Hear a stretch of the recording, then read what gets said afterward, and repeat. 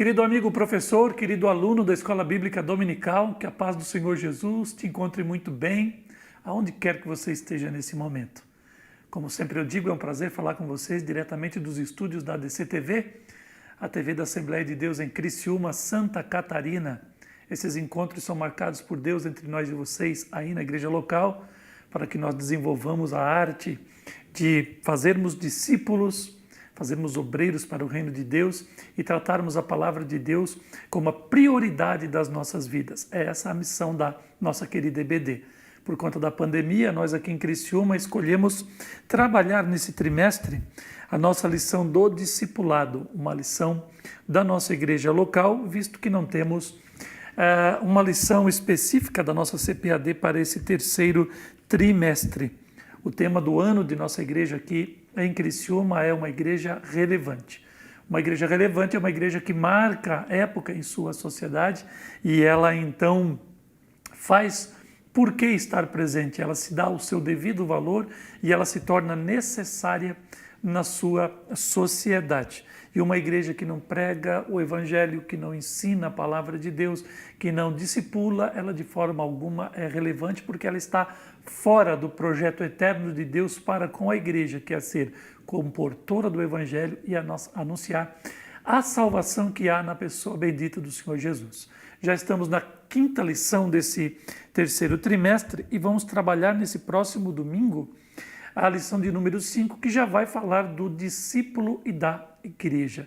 Importante esse tema, porque nesses tempos de pós-modernidade, o pensamento crítico que tem tomado conta da nossa sociedade nesses tempos atuais vai levando as pessoas a se subdividirem de uma grande sociedade em pequenos grupos e depois na individualidade ou naquilo que a gente vai chamar de personalismo, ou seja, o pensamento individualizado do ser humano, ele vai tomando proporções muito grandes e vai fazendo com que esse ser humano se torne único na face da terra e então ele exige que seu pensamento seja aceito dos demais seres à sua volta. É uma confluência de pensares nessa gama de liberdade e isso traz sim muita confusão. Como a igreja de Jesus, ela não se porta nos padrões humanos de governança, porque ela não é um reino, ela não é um império, ela não é um país, ela não é uma nação, ela é uma estrutura divina. Jesus falou que o seu reino não é desse mundo e o governo de Cristo não obedece os padrões de governança das organizações humanas. A igreja não é uma república, a igreja não é uma monarquia, a igreja não se pauta por democracia, a igreja se pauta pelo pensar, pela mente de Cristo, pela vontade de Deus que está em Cristo Jesus, exarada nas palavras de Deus que estão na Bíblia Sagrada e pelo testemunho do Espírito de Cristo no coração do salvo regenerado. E o pensamento de Jesus é o pensamento que norteia a igreja, e nós vamos ver principalmente no livro de Efésios, o apóstolo Paulo fazendo a analogia da noiva e do noivo, e também do corpo, que nós vamos estudar nessa lição, falando que Cristo é o cabeça do corpo, que é a igreja. Então ele ordena todo o movimento da igreja. Então nós vamos aprender nessa lição que não há salvação personalizada, que não há salvação por medida, que não há salvação individualizada no sentido de que uma pessoa apenas possa ser igreja, como se prega hoje em dia. Jesus diz, usando a questão do testemunho lá da lei de Moisés, de que o testemunho ele precisa ser dado por 2 ou por 3 testemunhas. E depois, quando ele vai falar da autoridade da igreja para resolver os seus problemas intracorpores, ele vai dizer que onde estiverem 2 ou 3 reunidos, ali ele vai estar no meio deles. E ele vai dizer que a igreja, o que ligar na terra é ligado no céu. O que ele está dizendo?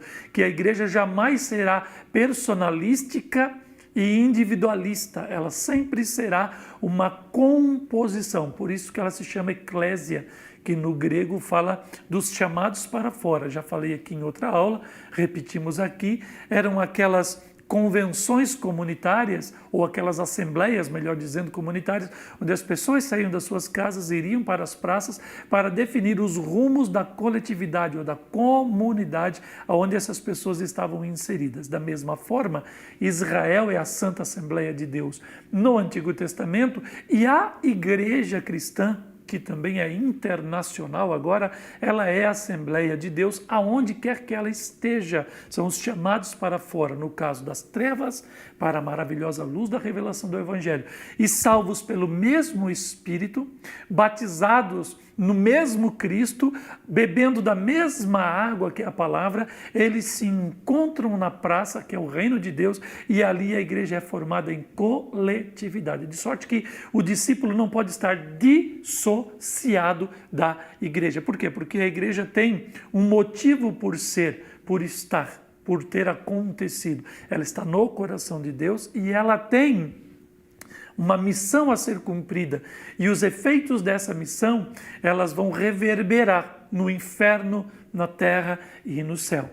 Então, quando nós vamos ver a igreja especificamente falando, quando nós estudamos a eclesiologia, nós nunca vamos estudar a igreja de uma forma não coletivizada. Então é por isso que o discípulo precisa entender o que é a igreja, o plano de Deus para a igreja, para que ele possa se inserir na igreja e adquirir aquele senso de pertencimento, de fazer parte do grupo, fazer parte da coletividade de Deus, da Santa Assembleia que é tirada das trevas para a maravilhosa luz da glória de Deus, das trevas da ignorância, e agora ela vem conhecer a sabedoria de Deus que está inculta nos evangelhos. É por isso que Paulo vai dizer: ó profundidade das riquezas, tanto de sabedoria quanto do conhecimento. Quão insondáveis, Senhor, são os teus caminhos. Ou seja, há muita coisa boa na luz de Deus que brilha dentro da igreja.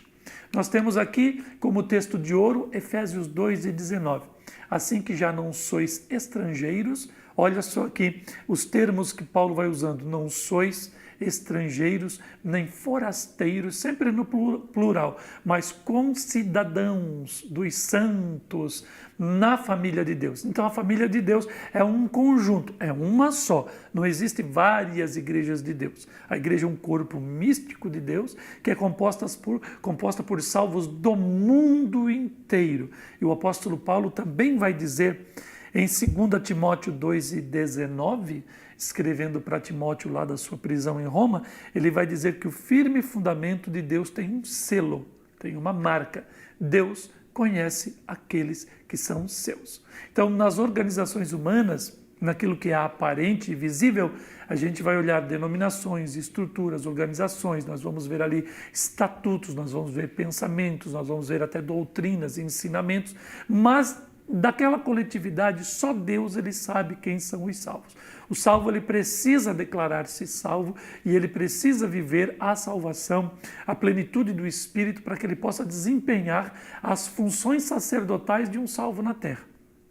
Isso é ponto pacífico. Agora, quem dá o testemunho público da salvação daquele crente na sua individualidade, na sua fé racional, é o próprio Deus que nós servimos. E o testemunho do Espírito na vida do salvo é que vai reverberar, como a gente já falou, no mundo espiritual, no mundo social, no mundo dos homens, nas organizações, e vai fazer com que aquele crente seja uma carta de Deus, uma carta aberta, de sorte que quem contemplar aquele cristão salvo, por intermédio do Espírito Santo, ele vai ver ali uma carta, um testemunho do próprio Deus, e o Espírito de Deus vai testificar da salvação daquele salvo no coração daquele que precisa ser salvo. Então, esta família de Deus é uma só e nada tem a ver com denominações humanas ou estruturas religiosas. Fala do corpo místico de Cristo, não no sentido místico da magia, do esoterismo, dessas coisas. Não, estamos falando daquilo que transcende, daquilo que é espiritual, que os olhos não conseguem ver. Há uma igreja viva, pulsante, vibrante, cheia da glória de Deus, cheia do Espírito Santo, cheia do testemunho de Jesus, que depois de 2020 anos traz o testemunho de Jesus ainda à face da terra. Então veja, a igreja é uma só, mas os salvos sempre estão sendo tratados ali no plural. Sois estrangeiros, forasteiros, concidadãos dos santos da família de Deus. Temos aqui 4 tópicos: a fundação da igreja, a igreja e seus símbolos, edificação da igreja e a missão da igreja. Então vamos introduzir, estudaremos sobre a igreja em relação à sua fundação, seus símbolos, sua edificação e a sua missão na terra. Então, no primeiro tópico, nós vamos falar aqui sobre a fundação da igreja. E o primeiro subtópico do primeiro tópico da nossa lição vai falar ali, 1 e 1, a igreja e a sua origem divina. Veja, a igreja, ela sempre esteve no coração de Deus, porque o evangelho é eterno. Então Deus tem um projeto que vai transpassando gerações, tempos, estações, e Deus vai trabalhando na história humana. E este é um grande mistério da fé. Um mistério da fé que é revelado na pessoa de Jesus no dia do seu nascimento, quando Paulo aos Gálatas vai dizer que ali naquele momento conflui todos os tempos, tanto o Kairos, que é o tempo de Deus, como Cronos, que é o tempo dos homens, momentos, estações, épocas, tudo converge para aquele dia, naquele momento, em Belém, do nascimento de Jesus de Nazaré. Então esse é o grande mistério de Deus, que agora é compartilhado com toda a humanidade. Jesus, ele vai ser o cumprimento de todas as profecias do Antigo Testamento que anunciaram a sua vinda. Ele vai cumprir toda a performance e a liturgia da lei de Deus dada aos judeus, e ele vai inaugurar um novo tempo chamado graça, onde a igreja ela vai continuar o ministério de Jesus até o dia do seu retorno. Então, o evangelho, ele é eterno, porque vai falar de uma morte expiatória, uma morte vicária, uma morte que vai substituir a nossa morte naquela cruz do Calvário e vai redimir toda uma humanidade que se esconder sobre os méritos de Cristo e se estabelecer no próprio Cristo como a rocha eterna da nossa salvação. Então, como Deus é eterno, o projeto estava no coração de Deus, então o projeto era eterno, então Deus tinha que criar o homem, estava no projeto de Deus a possibilidade da queda do ser humano, e então também já estava no projeto de Deus de forma prévia, de forma sábia, de não inusitada, e não também como um arremedo, como um conserto dos seus propósitos, porque Deus sabe tudo o que faz, ele é previdente, então ele já tinha preparado, inclusive, o Evangelho para a eventual queda da humanidade. Então tudo está no coração de Deus, a missão é assumida pelo Filho, o Filho morre em nosso lugar, e o que Deus vai dar ao Filho, de uma forma alegórica, para que a gente entenda o plano de Deus, como recompensa ou galardão por esse sacrifício na cruz, a igreja. Então você vai ver lá no capítulo 55 de Isaías, que não está aqui no nosso texto, que Deus está dizendo: você vai ser buscado por um povo que nunca você buscou. Esse povo virá ao teu encontro por amor do Senhor teu Deus. Ou seja, Deus está dizendo na eternidade, o Pai está dizendo para o Filho, que ele daria para o Filho, por conta do seu sacrifício, depois de encarnado na cruz do Calvário, ele daria para o Filho a honra de ter uma noiva santa, que seria o quê? Os salvos que o amariam de todo o coração. E esses salvos, eles nasceriam, eles existiriam por várias épocas e amariam o Senhor Jesus por conta do relato das Escrituras. Este é o mérito dos salvos. Se é que há algum mérito na salvação do homem, amar a Jesus, desejar o Jesus, admirar quando contemplaram por fé pelo seu sacrifício na cruz do Calvário e entregar a sua vida a Cristo como Cristo entregou a dele por nós. Então é um mistério da salvação que se resolve em um momento único, no momento da regeneração, que é algo praticamente inexplicável para nós. na nossa mentalidade, na nossa capacidade, mas razoavelmente aceito por conta da nossa fé. E aí então nós temos no capítulo 24, como subsídio também para você, lá a analogia de Abraão representando o pai, que envia o escravo damasceno Eliezer a buscar uma noiva, que seria Rebeca, para o seu filho Isaque. Então nós temos aqui o pai em Abraão, nós temos o Espírito Santo que trabalha não para a sua glória, mas trabalha para a glória do filho e também do pai, indo ao mundo na busca da igreja, que é representada por Rebeca, que vai ser a glória do filho, que é obediente ao pai e obedeceu o pai em tudo e por isso recebe a igreja. Então nós temos uma forma textual de interpretarmos o texto bíblico e ali nós vamos respeitar, melhor dizendo, contextos históricos, culturais, idiomáticos, espirituais, cronológicos, geográficos, vários contextos que vão formando uma forma rígida de interpretarmos o texto bíblico e essa forma ela é praticamente científica.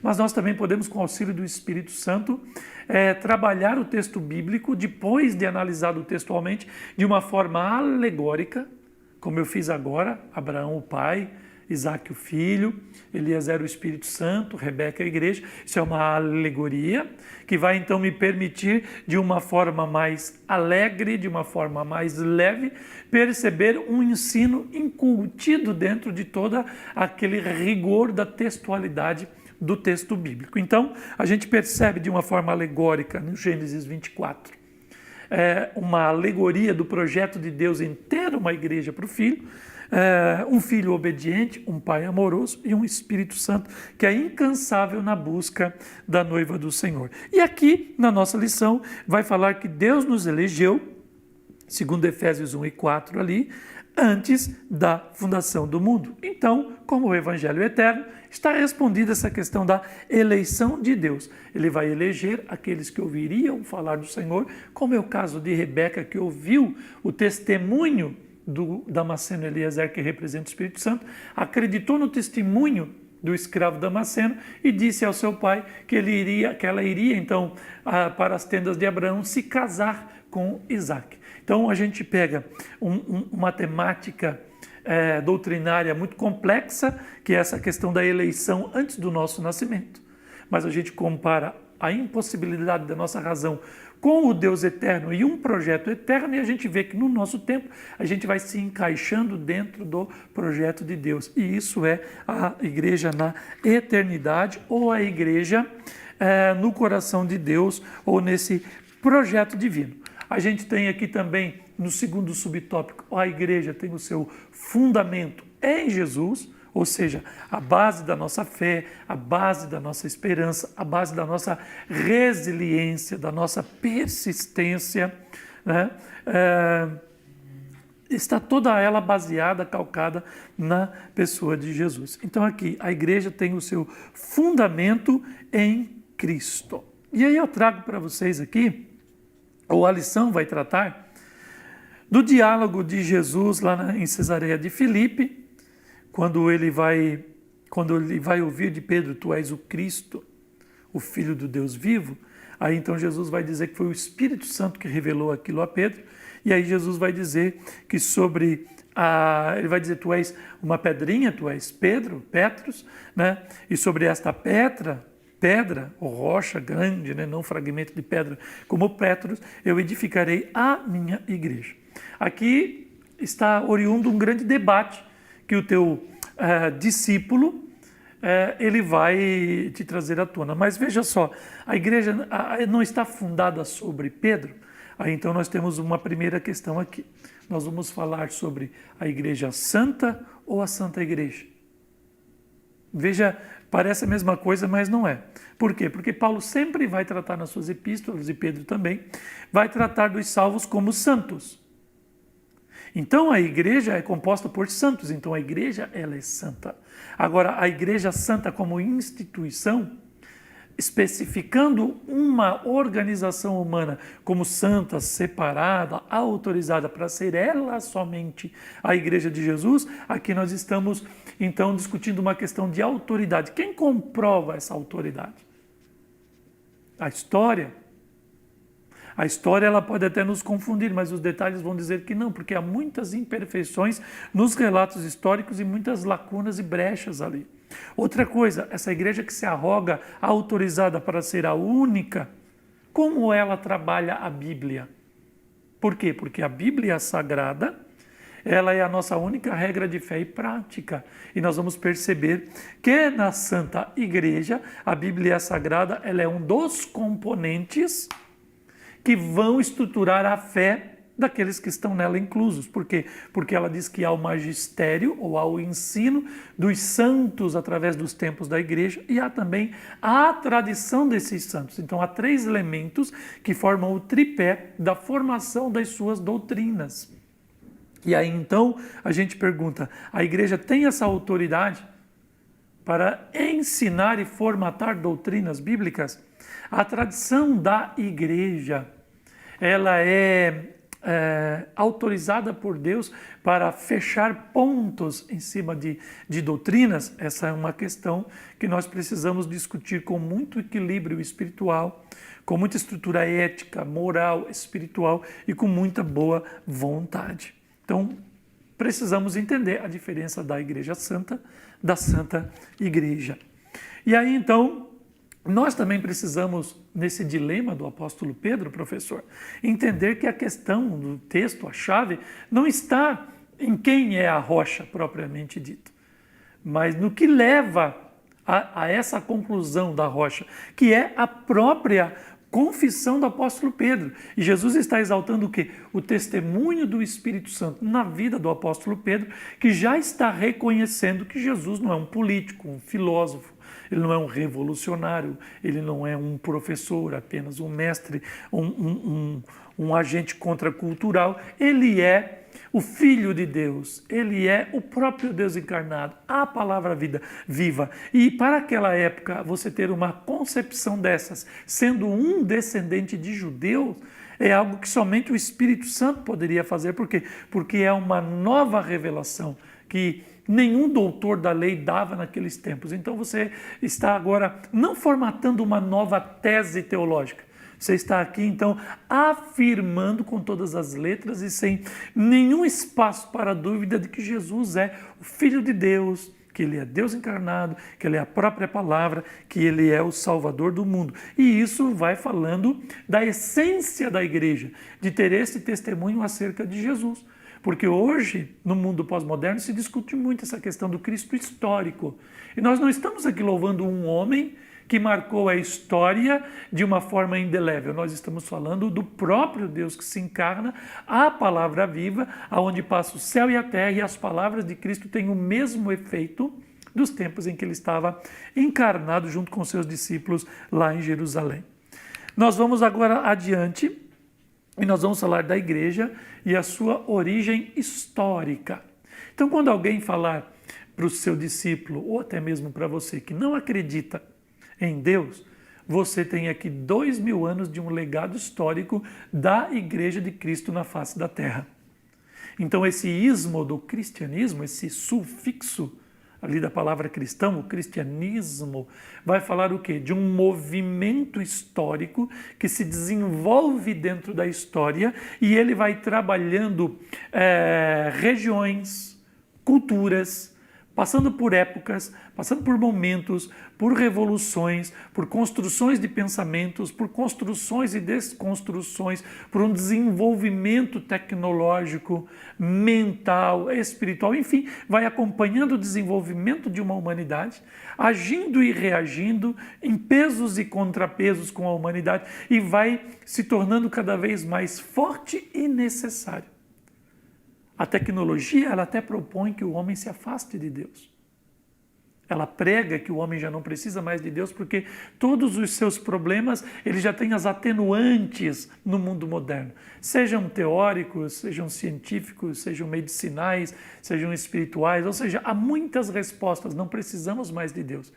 Mas por incrível que pareça, quanto mais a humanidade avança em tecnologia e conhecimento, mais ela adentra a obscuridade do desconhecido e ela vai ficando com medo. O ser humano ele não consegue viver longe do fator do medo. E quanto mais ela avança dentro da obscuridade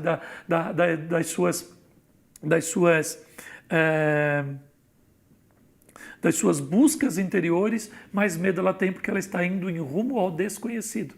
E por mais avançada que seja a humanidade, e por mais que ela já adquiriu, que ela construiu, que ela descobriu, que ela criou cientificamente falando, mais ela precisa de Deus. E nesses tempos modernos você vê muitas e muitas e milhares de pessoas buscando, seja no cristianismo ou fora dele, uma resposta da divindade. E isso confunde a humanidade. E um dos fatores que vão quebrar essa lógica do ateísmo é a historicidade da igreja.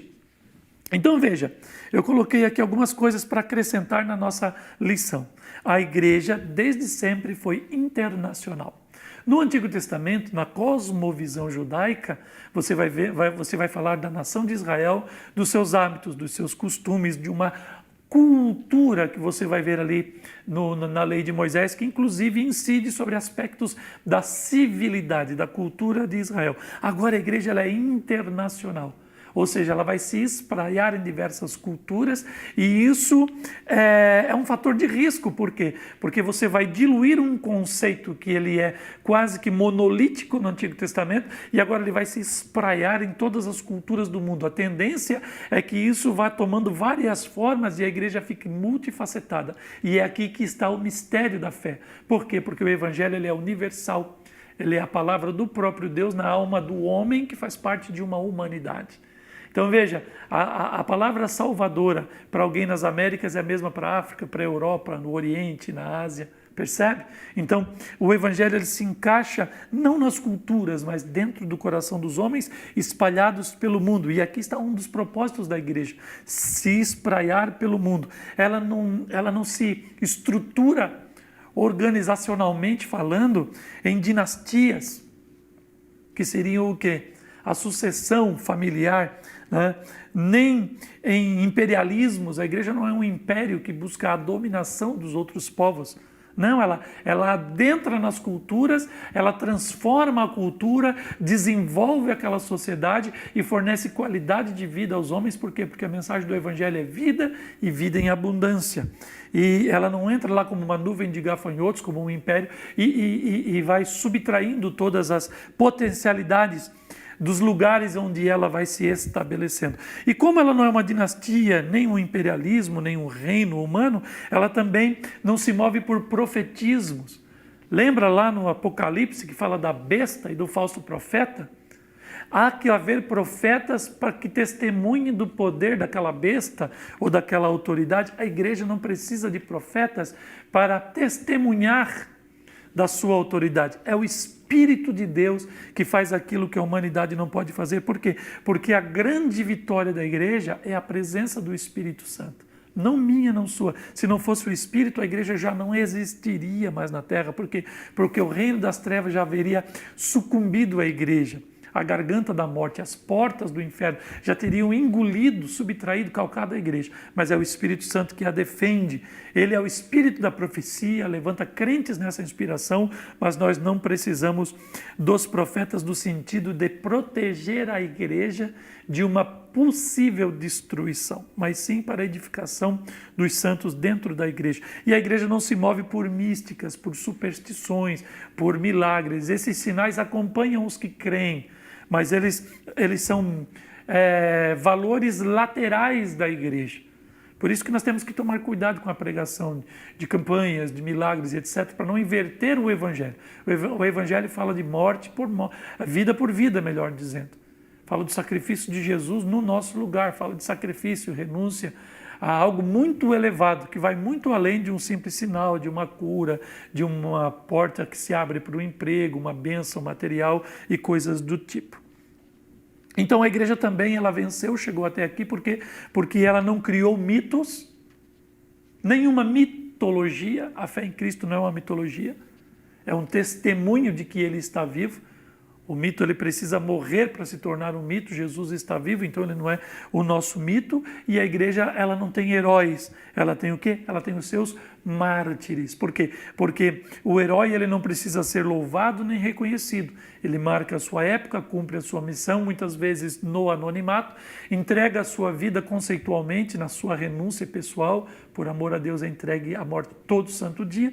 E no passado, muitos, e no presente, em alguns lugares da terra, infelizmente, ainda continuam a morrer, e esses morrem não querendo glória, nem para marcar o seu nome na história da humanidade. Eles morrem por conta do testemunho de Jesus e fazem isso por conta da fé, por conta da sua vontade de estar com Deus e de estar mais perto de Deus lá na glória eterna lá de cima. Então, a igreja, em sua origem, vai falando aqui principalmente que ela nasce no dia de Pentecostes, no livro de Atos dos Apóstolos, no capítulo 2, e a prova de que ela nasce ali é porque no dia da descida do Espírito Santo, revestindo os discípulos que já tinham o Espírito, lá no dia do cenáculo, quando Jesus havia ressuscitado e apareceu para eles, soprou sobre eles o Espírito Santo, e ali eles tiveram os olhos abertos à revelação de Deus e compreenderam o Cristo ressuscitado. Estar salvo é conhecer o Cristo vivo que está ressuscitado. Então a salvação em Cristo, a regeneração, o novo nascimento só pode haver depois da ressurreição de Jesus, que é a primícia. É a primícia daqueles que dormem, dos mortos, ou seja, ele morreu antes de todos nós, ressuscitou. A gente está em Cristo agora e já conhece o lado de lá da vida, o reino de Deus pelo lado de dentro. O Cristo ressuscitado. E por mais que a gente morra fisicamente falando, a gente na verdade não morre mais, porque nós morremos em nossos delitos e pecados e ressurgimos para Cristo. Demos a nossa vida para Ele para nunca mais morrermos, de sorte que quando de fato deixarmos essa vida, estaremos para sempre com o Senhor. Então a igreja, ela nasce, ela é inaugurada, melhor dizendo, ali no cenáculo, mas ela tem a sua origem filosófica, teológica, espiritual, ela tem ali o seu enraizamento, a sua fecundação, ela tem ali o seu embrionamento, vamos assim dizer, a sua fecundação, lá naquele cenáculo, no dia que Jesus aparece ressuscitado.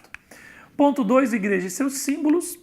E nós temos aqui o primeiro subtópico, a igreja como um organismo vivo. Aquilo que eu já falei do corpo místico do Senhor Deus.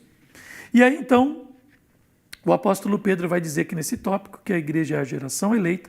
Geração fala de genética, de um início, de um começo, de uma coletividade, de uma geração, né? E aí nós somos, além de gerados por Deus, eleitos também lá na eternidade, eleitos para sermos um sacerdócio com características reais, uma nação santa, um povo que vem de Deus, um povo exclusivo de Deus, como diz o apóstolo Pedro no capítulo 2 da sua primeira epístola, versículos 9 e versículo de número 10. Então a igreja, ela como organismo vivo, ela vive através da vida de Deus, ou seja, a presença de Deus pelo Espírito Santo, que está com a igreja e na igreja. E eu coloquei aqui para ti, professor, pensar um pouquinho, para contrastar a lição com o teu discípulo, a diferença entre organismo e mecanismo. O mecanismo ele não é vivo, né? Ele é estático e ele é movido cineticamente por uma questão de energia que é induzida naquele mecanismo. E o organismo ele é vivo e ele age pela fonte da vida, que é o próprio Deus. A Bíblia diz que Deus é vida, não uma vida, ele é a própria vida. E Deus é o doador da vida, ele é a vida, o doador da vida e o mantenedor da vida. Então o organismo ele é vivo porque está ligado em Deus, inclusive a humanidade caída só está de pé porque Deus permite que assim ela esteja. E o mecanismo ele depende então da força cinética, né? Eles têm naturezas diferentes, mas têm fins específicos. O motor de um carro, ele existe para tracionar o carro e fazer com que ele se mova e a gente chegue no lugar que a gente quer através daquele mecanismo. O organismo ele vive principalmente para o quê? Para manter a vida e para gerar nova vida, para a posteridade da vida. Então veja, essa é a função. da igreja existir para manter a vida de Deus, o testemunho de Jesus, e gerar novos convertidos, coisa que um automóvel, um mecanismo e todo o aparato que a gente tem jamais conseguirá. Nós temos aqui a igreja como um corpo, que é uma outra analogia que o apóstolo Paulo vai usar aos Colossenses, ali ó, capítulo 1, versículo 18 da nossa lição. Ele é o cabeça do corpo, ele é o princípio, ele é o primogênito dentre os mortos, que eu acabei de falar ainda há pouco, para que em tudo tenha preeminência, ou seja, ele sempre está em primeiro lugar. Inclusive, a fé que nós possuímos é Deus que dá, porque o homem, por si só, por sua condição caída do pecado original, ele jamais teria condições de tomar boas decisões. Então Deus, inclusive, dá a fé para que a gente possa decidir de uma forma extraordinariamente boa em direção de Deus e adquira a salvação. Então, se Cristo é a cabeça e o corpo agora está vivo com a vida de Deus, a gente deve se guiar pelos conceitos do reino de Deus e pensar mais alto. A igreja como uma noiva e como um templo. Então eu coloquei aqui, noiva, vai falar de relacionamento. O cristão deve se relacionar com Deus e você deve chamar o seu aluno a essa condição de relacionamento. Ele não pode entrar diante de Deus como um mecanismo, ele agora é o organismo.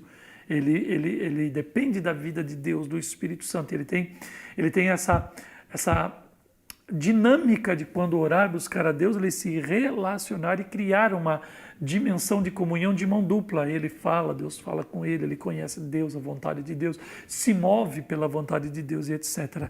E quando a igreja como uma noiva e um templo é outra analogia, né, que a Bíblia vai falando sobre a igreja, vai falando de funcionalidade. O templo ele existe por uma causa, o que é? Para que dentro dele se faça o serviço de Deus, ou a liturgia, para que haja dentro desse templo uma rotina, para que haja dentro desse templo uma funcionalidade. Lembra que o Evangelho Eterno fala do sacrifício do Cordeiro, você vai ver no Antigo Testamento os altares de Deus, a forma como os animais eram imolados, toda aquela dinâmica, toda aquela liturgia, todo aquele adereçamento, toda aquela performance cultural. Aquilo vai falando de liturgia, que é um trabalho, que é um serviço, e aí aqui está falando que há de ter dentro do coração ou da vida do salvo uma dinâmica do reino de Deus, sacrifícios que se renovam sempre, aquilo que diz lá em Levíticos, o fogo arderá no altar e jamais se apagará. Lembra lá de Samuel apagando as luzes de Deus, administrando o templo, os diáconos servindo mesa para as viúvas pobres, ou seja, há dinâmicas dentro do coração de Deus que o Espírito Santo ele vai realizando quando o crente é tratado nessas analogias como um templo. Então há muita vida dentro, há muita dinâmica, há muita virtude dentro do crente. E o crente também como noiva, ele se relaciona com Deus. Nós vamos agora para o tópico 3, a edificação da igreja. E aqui o primeiro subtópico, a edificação da igreja em amor. Uma das coisas que, aqui 1 Coríntios 13, na nossa lição, agora pois permanecem a fé, a esperança e o amor. Esses três, mas o maior deles é o amor, né? O apóstolo Paulo escrevendo, falando de um dom mais excelente, que é o amor na dinâmica de Deus, que é o amor de Deus, o ágape, o amor que gera salvação em nossas vidas. E aí, quando nós estamos discutindo o amor de Deus, a gente não pode, professor, deixar também de questionar com o nosso aluno que o amor de Deus é um amor exigente, porque Tiago vai escrever que Deus tem ciúme, tem um zelo dos salvos, ele não partilha mais o salvo com o mundo, com os pensamentos mundanos, com a dinâmica filosófica do mundo. Ou seja, o salvo é uma propriedade desse Deus enciumado, zeloso, de certa forma um pouco severo nessas questões de relacionamento. Por quê? Porque o preço e o investimento na igreja é o sangue do Filho amado Jesus Cristo, do seu primogênito. Há muita coisa, há valores muito altos envolvidos nessa relação para que tratemos a salvação de uma forma tão relaxada. Então, falando em relaxamento, eu lembro da palavra indulgência, daquele perdão. O nosso amor não pode ser relaxado. Se eu sou um pai, como eu sou pai, e eu não sou exigente, e eu não cobro dos meus filhos um mínimo aceitável de um padrão ético, moral, responsável, eu sou indulgente, então o meu amor é irresponsabilidade. Então, quando a igreja fala do amor de Deus, não está falando de um amor permissivo, que me liberta para que eu possa viver a vida que eu quiser. Eu vou fazer dessa liberdade que o amor de Deus me deu uma libertinagem, eu vou acabar estragando tudo. Eu vou fazer como aqueles porcos que ao se alimentar viram o gamelão. Então o que eu vou fazer? Eu vou estragar todo o projeto de Deus. Então eu preciso aceitar o senhorio de Deus, o jugo de Cristo sobre a minha vida, o fardo que não é pesado, mas é leve, aprendendo de Cristo que é manso e humilde de coração, que é o próprio amor de Deus, que embora seja manso, humilde, que nos alivia, que não nos pesa, que não nos machuca, não é aquele amor sádico que tem prazer em nos machucar, pelo contrário, mas ele é rigoroso na questão da nossa separação do mundo. E depois aqui, edificação da igreja sobre a palavra de Deus. Então, aqui na nossa lição, nós vamos destacar aqui que aquelas pessoas que ouviram o primeiro sermão de Pedro, elas creram, Atos 4:4 ali, creram, tiveram fé por conta da palavra que Pedro, os apóstolos estavam pregando. Então, a palavra de Deus, ela gera fé, faz com que as pessoas, elas creiam. É por isso que a gente sempre prega. Às vezes alguém fala, mas os evangélicos estão entrando pelas rádios, pela TV, redes sociais, dominando tudo, não param de pregar, que coisa chata e tal. Mas veja, os campeonatos esportivos de todos os esportes que você imagina, eles nunca param, têm os seus calendários, são divulgados todo dia, e são propagandeados, eles são valorados, eles têm patrocínio, as novelas, os filmes nunca param de ser produzidos e há muito conteúdo, e isso é 24 horas por dia bombardeando a humanidade. E por que a palavra de Deus não pode ser pregada todos os dias? Pelo contrário, a gente tem que continuar pregando a palavra de Deus. Por quê? Porque muitos vão se perder. Jesus já falou, muitos escolherão o caminho largo, a porta larga, e no final vão se perder. Poucos que vão achar a porta estreita, o caminho apertado para chegar à salvação. E é a igreja que indica esse caminho, e ela tem que pregar, porque nós não podemos perder a oportunidade de salvar uma vida sequer. Ou uma vida apenas, melhor dizendo. Por quê? Porque uma alma, ela vale mais do que o mundo inteiro. No sentido que Jesus diz, o que adianta o homem ganhar o mundo e ganhar o mundo inteiro e perder a sua alma? Do que adianta isso? Então Jesus está trazendo a concepção que uma alma vale mais que o mundo inteiro. Então veja, temos que pregar. Depois, a palavra de Deus, ela gera ousadia, Atos 4:31. Por isso que os pregadores cheios do Espírito Santo, no pentecostalismo principalmente, eles penetram uma dimensão espiritual que a gente admira, a gente num culto cheio do poder de Deus, a gente vê o mover de Deus na vida dos pregadores, daqueles que estão louvando e estão anunciando também a palavra de Deus, a gente se admira por conta de tamanha ousadia, acreditando em milagres profundos, orando por enfermidades, por libertação, adentrando no enfrentamento de causas impossíveis por conta desta ousadia. A palavra de Deus, ela tem que crescer, né? Dentro da igreja, aqui Colossenses, ou melhor dizendo, Atos 6:7, 12:24, vai crescendo entre a igreja o interesse pela palavra de Deus. Uma igreja que se prostra à palavra, que analisa a palavra, que ama a palavra, é uma igreja que cresce constantemente, não exponencialmente, mas constantemente, com maturidade e com muita base, com muita solidez. A palavra de Deus deveria habitar os crentes. A gente não pode, então, deixar que a palavra de Deus falte no nosso coração, e a palavra de Deus, ela precisa ser desejada pelos salvos, como diz aqui 1 Pedro 2:2, e ela deve também ser consultada, examinada diariamente. Ou seja, temos o testemunho do Espírito Santo e agora nós temos a palavra de Deus como base para a igreja. E a igreja também é baseada na oração. Jesus orava, como a gente vê nos evangelhos, e a gente vê naquela analogia de Gênesis 24, que o Espírito Santo também ora, porque o Eliezer ali, ele orou pedindo a Deus que desse a direção para que ele encontrasse a moça exata para Isaac, o filho do seu Senhor. Então ali ele estava orando, intercedendo a Deus pela igreja. E Paulo vai dizer que o Espírito geme por nós com gemidos inexprimíveis. Tá certo? Então veja só, a igreja também precisa orar. E terminando a nossa lição, a igreja, a missão da igreja, a igreja deve pregar o evangelho. Já falei muito aqui e na lição vai dizendo que o nosso discípulo precisa pregar o evangelho. Não como uma missão, não como uma meta, não como uma estratégia, não como uma imposição. Mas o testemunho do salvo, ele é subsequente à salvação.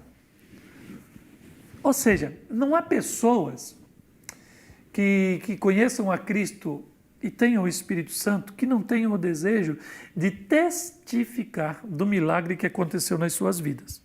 Então, quando alguém diz que conhece Jesus, até frequenta culto, lê a Bíblia, mas não tem esse desejo de falar de Jesus, é porque das duas uma, ou ele ainda não se converteu, ou ele se converteu e no final do caminho ele está quase que apostatando da fé, abandonando a missão principal do Evangelho. Então a igreja deve ser o sal e a luz da terra e a luz do mundo. Aqui vai falando de um impacto da presença de Deus. A luz dissipa as trevas e o sal, ele interfere no sabor do alimento e ainda conserva o alimento.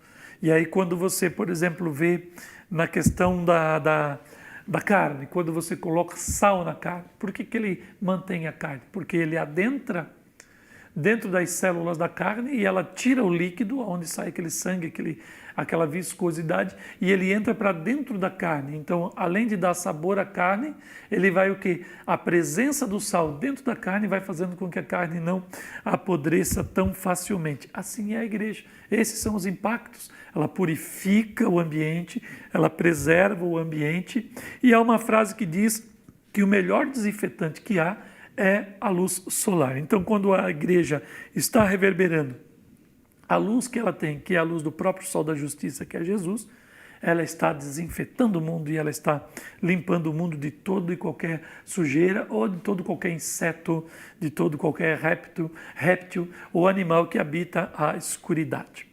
A igreja deve ser frutífera. E aqui, gente, nós vamos falando sobre a videira verdadeira, como diz aqui na nossa lição, e outros textos que vão falando aqui de Gálatas sobre o fruto do Espírito. E aqui, para encerrar, eu coloco como subsídio para você pensar com os seus discípulos ou discípulo, que a igreja, de certa forma, como um investimento de Deus, ela precisa gerar lucro, almas, ela precisa fazer bem à sociedade, ela precisa ser relevante ou dividendos. Pensando Deus como um investidor, a igreja ela não pode ser um investimento infrutífero, não lucrativo, que não gera nada. Como naquela parábola dos talentos, aquele servo que guardou o dinheiro na terra, ele tinha o dinheiro ali, mas não gerou nenhum tipo de lucro. A igreja precisa dar lucro, ocupando espaços, então, com um propósito. Já falamos sobre a igreja internacional, a igreja transcultural, falamos da universalidade do evangelho, e aqui eu coloquei também a igreja como propósito. Qual é? É a igreja que adentra espaços, uma igreja que se estabelece, que se faz relevante, que se faz útil, que se faz necessária e que transforma a cultura no lugar onde ela penetra, com o desejo do quê? De que aquela sociedade viva em vida em abundância. Então, concluindo, podemos concluir o quão importante é entendermos o que é a igreja, como ela foi concebida por Deus, como ela é apresentada na Bíblia, como ela é edificada e qual a sua missão na Terra. Tudo isso fortalece nossa satisfação e alegria em permanecer ao corpo de Cristo na Terra e, mais importante, a agência de Deus, a coluna e a firmeza da verdade, como diz 1 Timóteo capítulo 3, versículo 15. Aqui você dá um pause na tela, Você vê aqui na prática tudo aquilo que nós precisamos observar. Aqui estão os nossos créditos. Peço que você ore por cada uma das pessoas envolvidas nesse projeto maravilhoso e que Deus te abençoe, que Deus te guarde nesse próximo domingo. Até a próxima aula, em nome de Jesus. Também dizendo que, se você quiser, entre em contato conosco na Assembleia de Deus em Criciúma, Santa Catarina, e aí você pode solicitar as nossas lições para a sua igreja local. Deus abençoe e até a próxima, em nome de Jesus.